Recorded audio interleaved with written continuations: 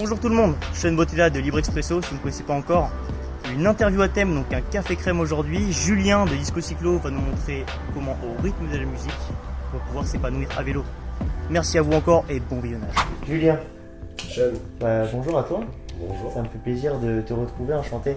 Enchanté. Dans Disco Cyclo, Ouais. ton magasin phare, ton univers, on peut le dire comme ça. Je te laisse même introduire le sujet de cette entreprise-là. Pourquoi Disco Cyclo aujourd'hui? Alors, c'est une entreprise, mais c'est surtout une boutique que je veux comme un lieu de vie. Mais bien sûr, c'est un commerce qui réunit deux activités qui me tiennent à cœur et que je pense plutôt dans la tendance, dans une bonne tendance à la fois culturelle et de la mobilité douce, qui sont donc la vente de disques vinyles, enfin disquaires indépendants, et la réparation de vélos autour d'un atelier de vélo. Voilà, où on vend aussi des produits autour du vélo. Et c'est pour ça que ça s'appelle Disco Cyclo. Et le lieu de vie sera aussi ponctué par un petit débit de boisson, un petit salon de thé, café, boisson fraîche qui permettra de faire de cet espace un espace de convivialité, de partage. Vraiment un espace de vie. Et qu'est-ce qui t'a poussé en fait à créer cette boutique aujourd'hui? Alors c'est un vieux projet qui a pris racine il y a une quinzaine d'années. Ah oui, quand même. J'étais DJ, je voulais changer un petit peu d'univers pour repasser sur une vie de jour et moins de nuit. Je me suis demandé où est-ce que je me sentais à l'aise. Je me suis rendu compte que je me sentais vachement bien dans les magasins de disques. Donc je me suis mis en tête de monter un magasin de disques, sauf que je connaissais rien. Et j'ai trouvé une formation de disquaire que j'ai effectuée. Donc là j'étais à Bordeaux, je l'ai effectuée à Reims. J'ai été disquaire pendant 2 ans, en 2008-2009. Après, j'ai bossé en maison de disques pour savoir comment ça se passait de l'autre côté du miroir dans l'industrie de la musique. C'est de la musique un peu. Voilà, et puis j'ai gravi des échelons comme ça pendant 12 ans, en étant responsable fabrication de disques. Et puis j'ai fini quasiment co-directeur, on va dire, d'une boîte qui fait du service au label. Et il y a 6-7 ans, j'ai commencé à faire de la réparation de vélo en atelier associatif. D'accord. Ça faisait 35 ans que je faisais du vélo, j'avais jamais vraiment mis les mains dans le vélo. Les mains dans le guidon. Ouais, alors non, parce que les mains dans le guidon, je les avais justement en termes de pratique, mais les mains dans le gras, j'avais jamais vraiment touché à la mécanique du vélo et j'ai pris énormément de plaisir. Et après Covid, tout ça, il y a eu beaucoup de réflexions. Puis je me suis rendu compte que j'avais un peu oublié ce projet-là, qui avait quand même initié tout ça, de monter un magasin de disques par rapport à mon parcours dans la musique. Et je suis revenu à mes premières amours. Et le projet que j'avais initialement, qui était un concept store autour de la musique, est devenu un magasin hybride qui lie les deux activités de disques et de vélo.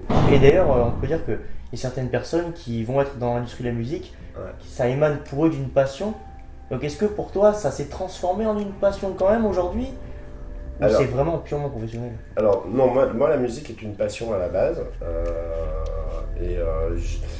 J'ai un parcours qui fait que j'avais du mal moi, avec le monde professionnel quand j'étais ado, jeune adulte. Un peu dissident. Un peu dissident, un peu alternatif, un peu...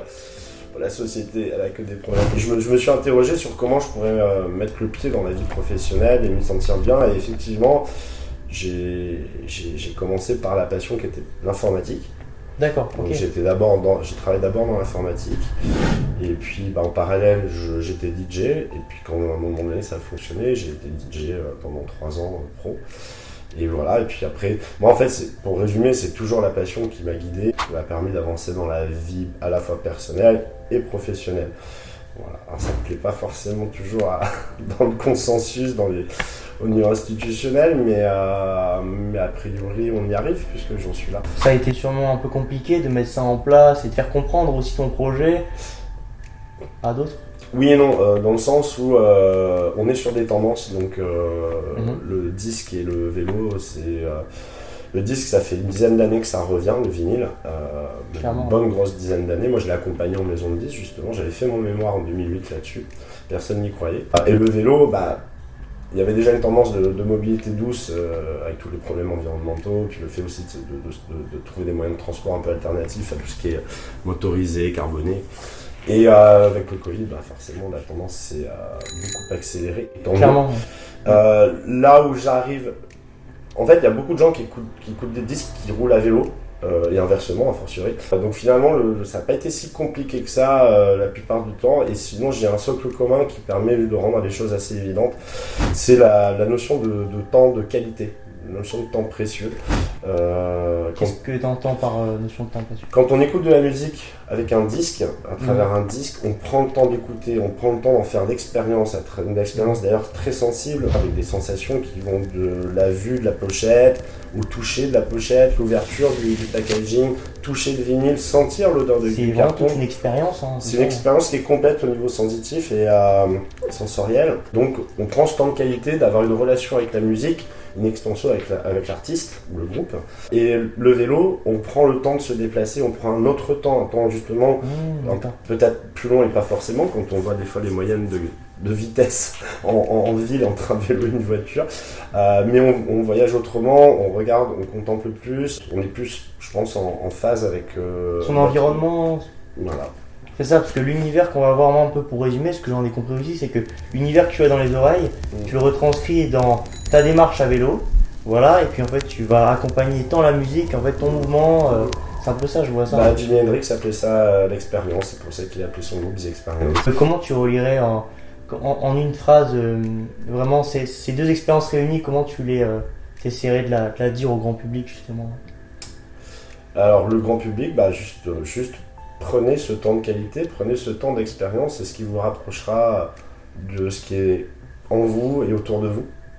Ah ouais, il y a forcément une passion, quelque chose qui nous relie, et aussi ce que je vois ici, c'est que même si voilà, ça a pris du temps, etc., il y a toujours un socle commun, en fait, qui va se rejoindre, voilà, dans cette boutique-là, cet univers, en fait.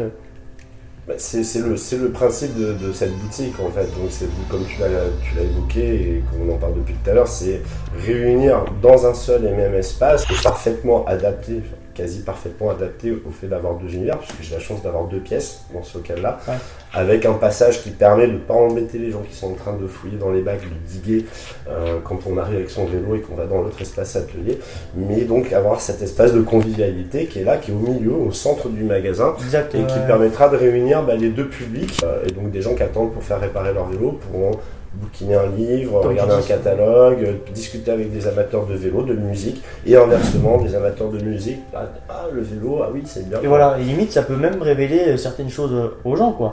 Ceux qui sont que tournés vers le vélo vont se dire, mais punaise, en fait, la musique, cette forme-là est géniale. Et voilà, inversement, ceux qui ont fan de musique se disent, la mobilité douce. Mais tu as le concept, c'est bon. Tu veux t'associer avec moi? Let's go. Tu travailles avec quelqu'un pour tout ce qui est vélo, du coup? Ouais. J'ai fait le pari d'embaucher quelqu'un. Alors, c'est pas seulement un pari, c'est que simplement tout seul, il aurait fallu que je scinde les journées en deux. Bon, j'ai fait le pari avec mon étude de marché, bien sûr tout le protocole qu'il faut pour monter une entreprise. Et j'avais les réponses qui faisaient que a priori ça allait marcher les deux activités, que scinder la journée en deux, déjà pour moi c'était compliqué, il faut avoir une vie à un moment donné, même si j'en ai pas trop en ce moment, mais il fallait que les deux activités démarrent fort dès le départ. Donc j'ai embauché effectivement un technicien atelier, puis c'est pour moi aussi l'occasion de donner la chance à quelqu'un de trouver un job, donc ça c'est quelque chose qui est important, je trouve. Si on peut un peu sortir doucement de cet univers, on va parler de ton côté artiste. Comment tu apprécies l'artiste? Quels sont pour toi les artistes, les trois artistes, je vais te demander trois artistes dont tu ne te lasses pas déjà? La question, alors déjà c'est sympa parce que dans mes trois, généralement on demande quel est l'artiste.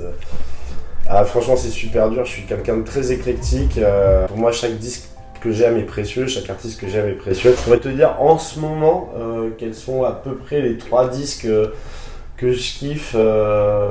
J'ai trois coups de cœur. J'ai Nana Bells du Togo, groupe togolais super qui joue avec des instruments de récupération principalement et un petit Korg pour faire des petites parties électroniques, qui a joué au Worldwide récemment, qui est venu, qui nous a fait l'honneur de venir à la boutique avant qu'elle soit complètement ouverte, faire une écoute d'album dédicace. Elles ont mis une énergie, et les deux gars aussi. Et voilà, c'est mon coup de cœur de juillet. Il y a un Scud là qui vient de sortir chez Jazz Is Dead, le label d'Adrian Young, qui a un super studio où il a enregistré pas mal de morceaux, dont là Tony Allen, qui est donc un super disque, c'est le numéro 18. Et en dernier, et bah là j'ai récupéré un truc là qui s'appelle Skull Snaps, gros disque de funk, soul funk, très funk, donc soul, jazz funk, mais tout orienté de la funk, et ça pète de ouf. C'est chez Mister Bongo, un label dont on a reçu les gars il y a pas longtemps à 7, là, qu'on fait un petit tour des endroits cool pour la musique à 7 et qui sont passés également ici. Et que je suis ravi de mettre en avant. On le note, c'est vrai qu'il y a des festivités, des événements à 7 comme Fiesta 7. D'ailleurs, ça te parle évidemment énormément. Ok, pause. Alors en fait, je me suis rendu compte, j'ai fait un tour sur les festivités qu'il y avait à 7. Évidemment, on parle toujours de musique, et je me suis rendu compte qu'il y en avait plus de 32 par an. Et c'est là on se rend compte que 7, c'est une ville d'artistes, puisque pour une démographie qui dépasse pas les 45 000 habitants, je trouve que c'est quand même pas mal. Sur ce, je vous laisse sur un listing des festivités musicales qu'on peut retrouver à 7. Ça fait partie des paramètres, des arguments qui font que je me suis installé ici. Voilà, c'est une ville culturelle qui est foisonnante, pas qu'autour de la musique, mais aussi autour de la musique. On a une douzaine de festivals, une dizaine à 7, avec 2-3 festivals aussi autour sur l'archipel de Pau. Franchement, c'est une chance de dingue quand on sait que c'est une ville de 46 000 habitants.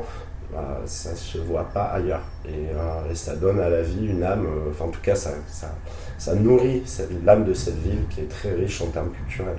D'accord, j'allais te poser la question justement, quel est ton sentiment par rapport à la ville de 7 mais 7 c'est chouette. 7 c'est chouette, ok. On peut finir sur cette conclusion là, qui fait une rime. En plus, hein, on est bon en slogan. Et d'ailleurs, nous, notre slogan c'est 7 à ton rythme, au rythme de la musique et au rythme de ta mobilité à vélo. On prend doucement le temps de sortir de cet univers quand même très joyeux, festif, convivial. Toujours préférer le temps qui compte au temps qui passe. Ouais, j'ai fait des études de philo que j'ai jamais fini, mais bon, c'est normal. Ouais, quand même, c'est le petit grain qui reste quand même un plaisir, Julien. Merci à toi. Merci, Sean. Franchement, merci pour cet échange et cette opportunité. Très chouette. Nourrissez-vous d'opportunités aussi. Voilà, bye. Passez au magasin avec plaisir. Vous serez les bienvenus. Merci à tous d'avoir visionné cette vidéo. Je remercie évidemment Julien de Disco Cyclo. Ce fut un plaisir à la fois d'enregistrer et de monter cette vidéo. Je vous encourage évidemment à me donner de la force, à vous abonner. Mettez un commentaire si vous avez vraiment apprécié, un j'aime et n'oubliez pas de partager. Sur ce, que l'aventure continue et à bientôt.